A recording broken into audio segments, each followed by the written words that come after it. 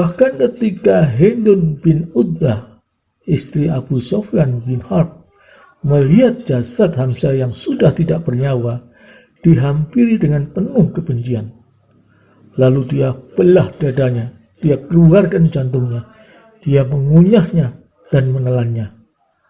Maka berkatalah kaum Ansor, jika kami mendapat kemenangan, kami akan berbuat lebih dari apa yang mereka lakukan.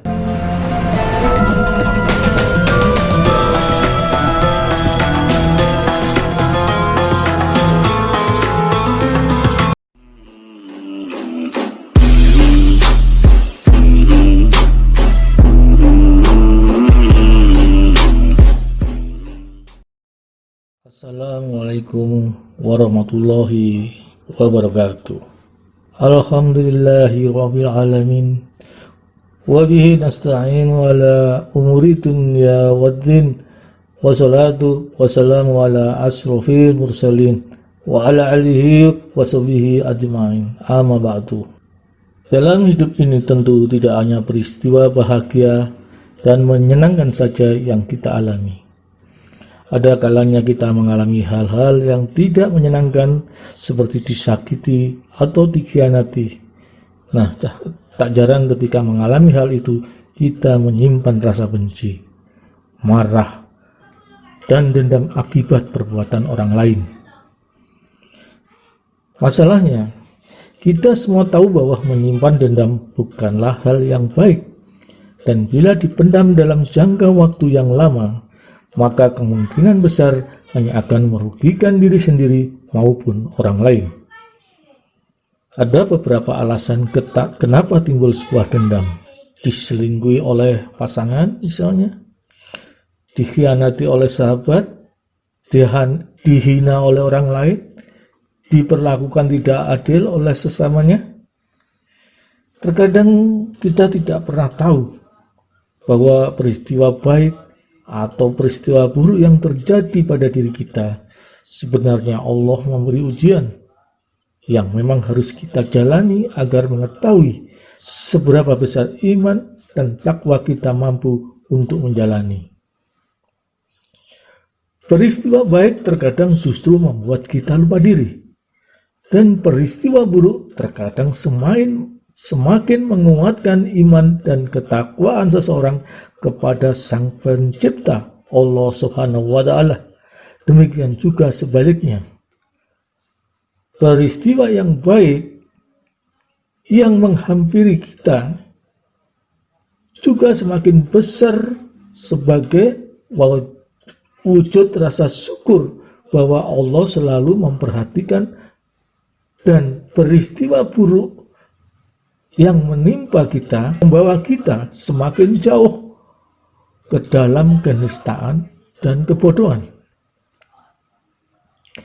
Dalam suatu riwayat dikemukakan pada peperangan di Gunung Uhud, gugur 64 orang dari kalangan Ansor dan 6 orang dari kalangan Muhajirin, termasuk Habsah, paman Rasulullah Shallallahu Alaihi Wasallam.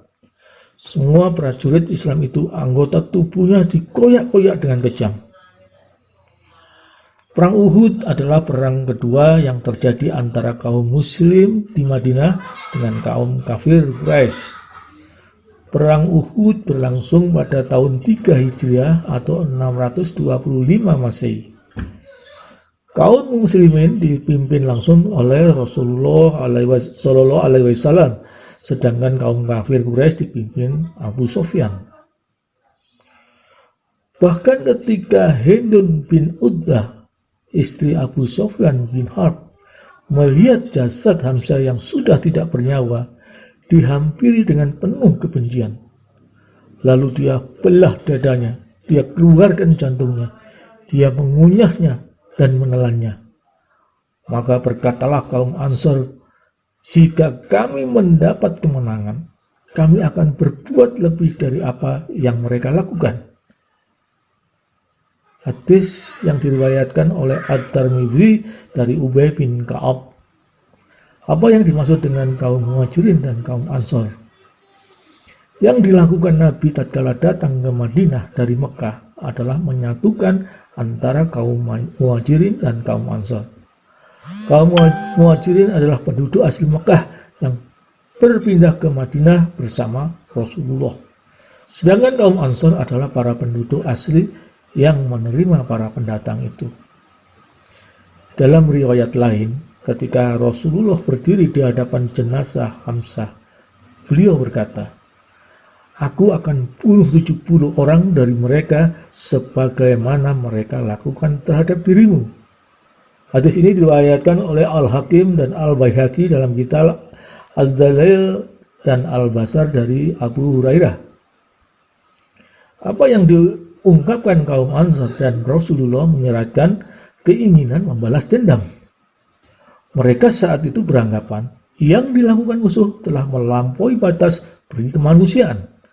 Maka menurut mereka sepantasnya dibalas dengan balasan yang setimpal. Kalau perlu dibalas dengan balasan yang lebih kejam lagi. Akan tetapi ternyata dalam pandangan Allah, mendendam tidak sepatutnya dilakukan kaum muslimin.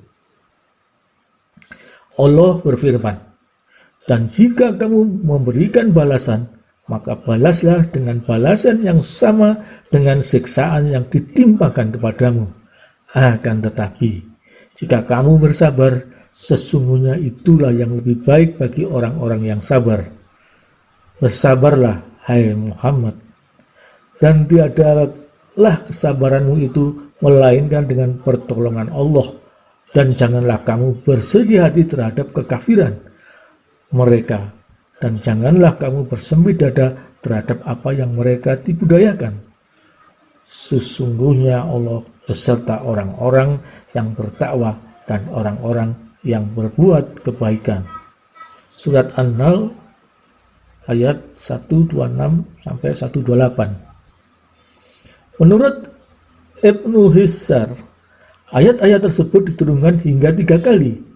Mula-mula diturunkan di Makkah, lalu di Gunung Uhud, selanjutnya saat Fathu Makkah. Kandungan ayat itu juga sangat menarik. Dalam keadaan sesulit apapun, kaum muslimin diajarkan untuk bersabar. Boleh jadi dalam situasi seperti itu, bersabar akan terasa sangat berat. Tapi Allah menjanjikan pertolongan. Dalam ayat lain ditegaskan, pertolongan Allah itu sangat dekat. Karena itu tidak perlu bersedih hati dan tidak perlu bersempit dada. Dendam memang sesuatu yang akan memuaskan hawa nafsu kita, tetapi juga merupakan salah satu perasaan yang akan menjerumuskan kita ke dalam kejahatan yang lebih besar. Meskipun seorang telah berperilaku kurang menyenangkan atau bahkan menyakiti kita, perasaan dendam tetap merupakan hal yang harus dibuang jauh-jauh dari dalam hati. Lalu bagaimana agar kita senantiasa tidak terbebani dengan perasaan dendam? Bermusahabah dan beristighfar. Kedua hal ini adalah cara introspeksi diri yang sangat dianjurkan oleh Allah Subhanahu wa Ta'ala, agar kita selalu mengingat dosa apa yang telah kita perbuat setiap harinya. Mungkinkah kita pernah menyakiti orang lain melalui lisan atau perbuatan kita dengan cara yang sama seperti apa yang kita rasakan? Mengingat Allah dengan berzikir dan berdoa. Dengan senantiasa berzikir dan berdoa, hal itu akan membuat hati kita tenang dan menghilangkan hawa nafsu, termasuk perasaan dendam dari hati kita. Yang ketiga, menyibukkan diri dengan hal-hal bermanfaat. Dengan memiliki kesibukan dalam bentuk aktivitas yang positif, mampu membuat kita lupa dengan perasaan dendam tersebut. Sedangkan jika kita dipusingkan dengan perasaan dendam, kita akan meninggalkan banyak hal-hal bermanfaat dan positif. Saya kira demikian. Wassalamualaikum warahmatullahi wabarakatuh.